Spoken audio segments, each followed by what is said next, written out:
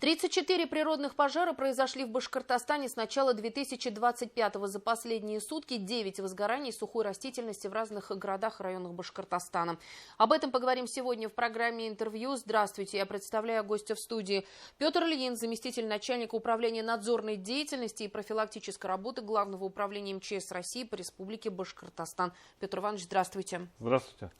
Итак, мы с вами говорим о том, что у нас начался пожароопасный сезон, и я только что сказала о том, что 34 природных пожара случилось в 2025-м.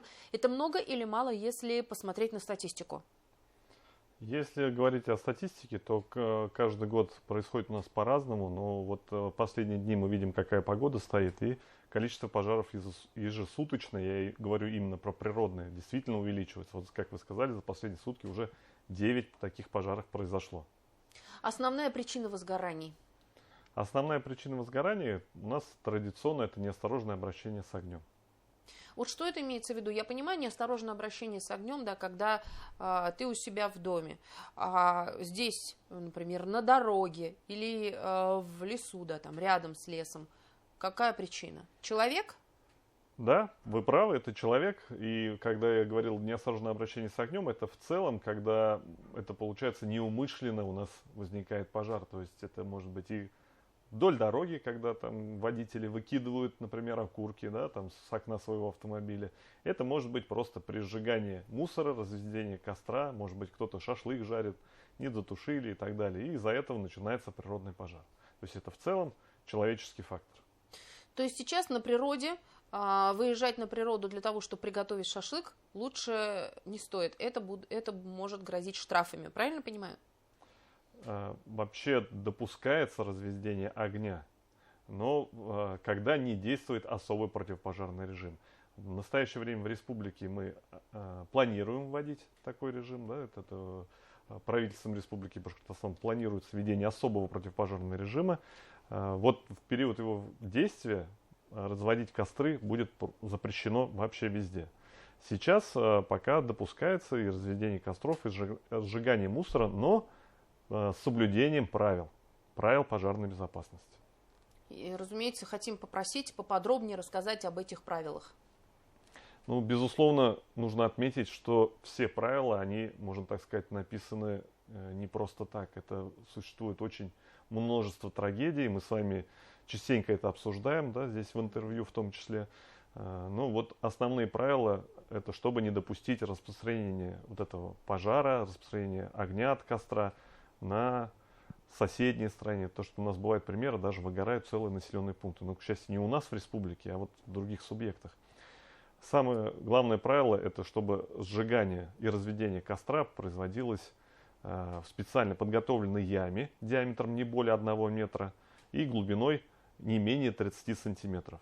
Или лучше всего это в металлической бочке. Металлическая бочка, которую лучше закрыть, ну, например, если сжигается мусор, да.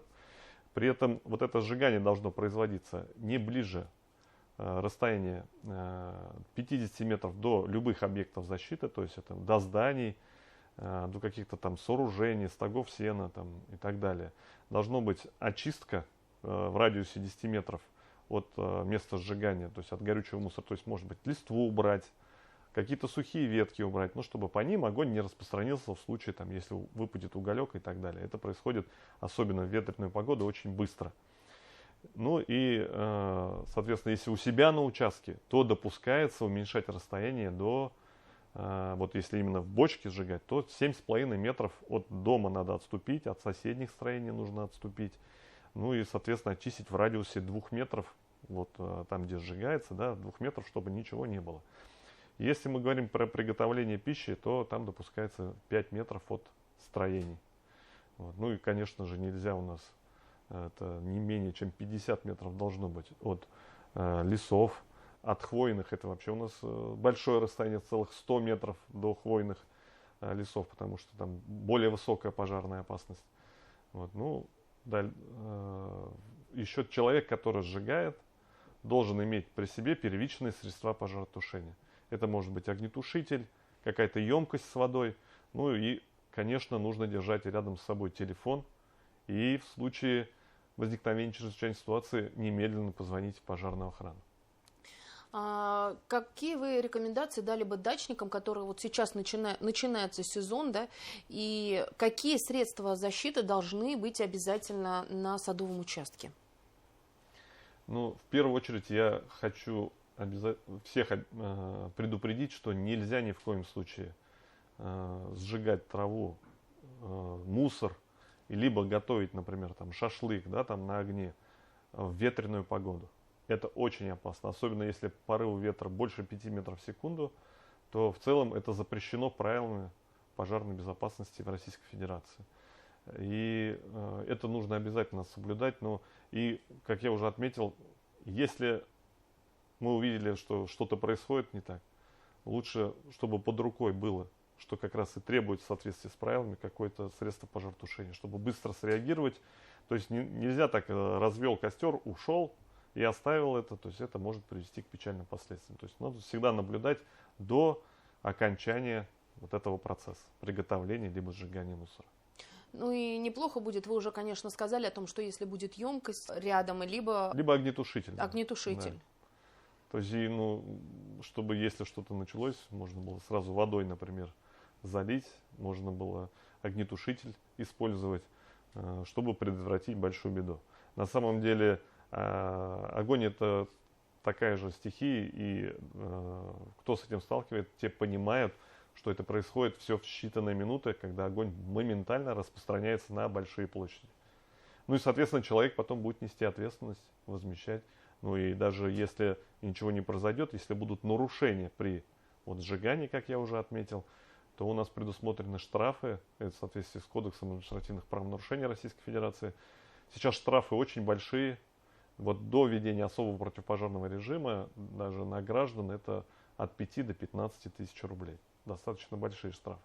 А когда ведут особый противопожарный режим, вот у нас на территории республики, то штраф увеличится практически в 2 раза, и на граждан такой штраф будет от 10 до 20 тысяч рублей. А на юридических лиц там штрафы очень, можно так сказать, большие, это от 400 до 800 тысяч рублей в условиях особого противопожарного режима. Когда будет введен особый противопожарный режим? В настоящее время проект распоряжение правительства Республики Башкортостан находится на согласовании. Планируется введение особого противопожарного режима на территории республики с 18 апреля, а в лесном фонде республики с 1 мая текущего года. Будут ли организованы рейды по садовым участкам? Это происходит у нас традиционно. Такие случаи мы выявляем ежегодно. И я имею в виду, что случаи неправильного сжигания мусора, такие рейды будут. У нас созданы группы патрульно-маневренные, которые будут выявлять такие. Помимо этого, у нас постоянно на основе действует космический мониторинг термоточки. То есть термоточки выявляются, соответственно, наши сотрудники реагируют. Ну и, соответственно, выявляют причины, там, что там случилось, например, да, там термоточка, космический мониторинг. Ну и также используются и беспилотные летательные аппараты для мониторинга пожароопасной обстановки. Космический мониторинг, вы говорите, а насколько быстро поступает информация, если вот по тому, что там вот разводит огонь, костер? Ну, здесь зависит от положения спутников, а вообще у сотрудников МЧС и у работников органов местного самоуправления есть приложение специальное МЧС России, термические точки называется, то есть приходит в принципе моментально. То есть если спутник находится как раз над местом разжигания, там температура будет уже достаточно высокая, спутники очень чувствительны, и информация приходит буквально сразу в приложении и также в наши органы повседневной деятельности. И еще один момент. Вот если мы видим горение сухой травы уже не на дачном участке, а, допустим, в поле, вот каковы наши действия должны быть? Нужно обязательно позвонить по телефону 112, либо 101 и сообщить о том, где вы видите это горение. И постараться описать все-таки местность, да, если где-то это по дороге увидели или еще где-то, и обязательно сообщить нужно. То есть не проезжать мимо, если вы увидели. Пусть это будет не одно сообщение, пусть это будет 2, 3, 4, диспетчера обработают, чтобы самое главное не допустить распространения огня на большие площади. Вовремя его локализовать и, соответственно, ликвидировать, поэтому лучше своевременно и сразу позвонить 112. Ну а самим не нужно пытаться, правильно понимаю?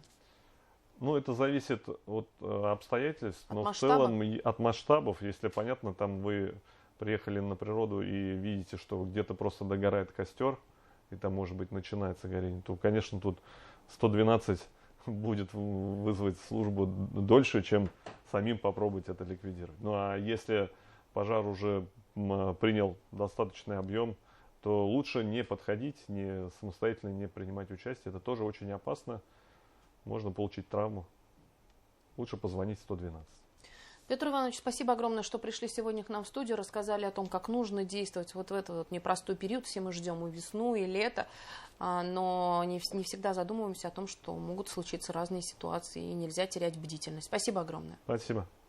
Это была программа «Интервью». Спасибо, что были с нами.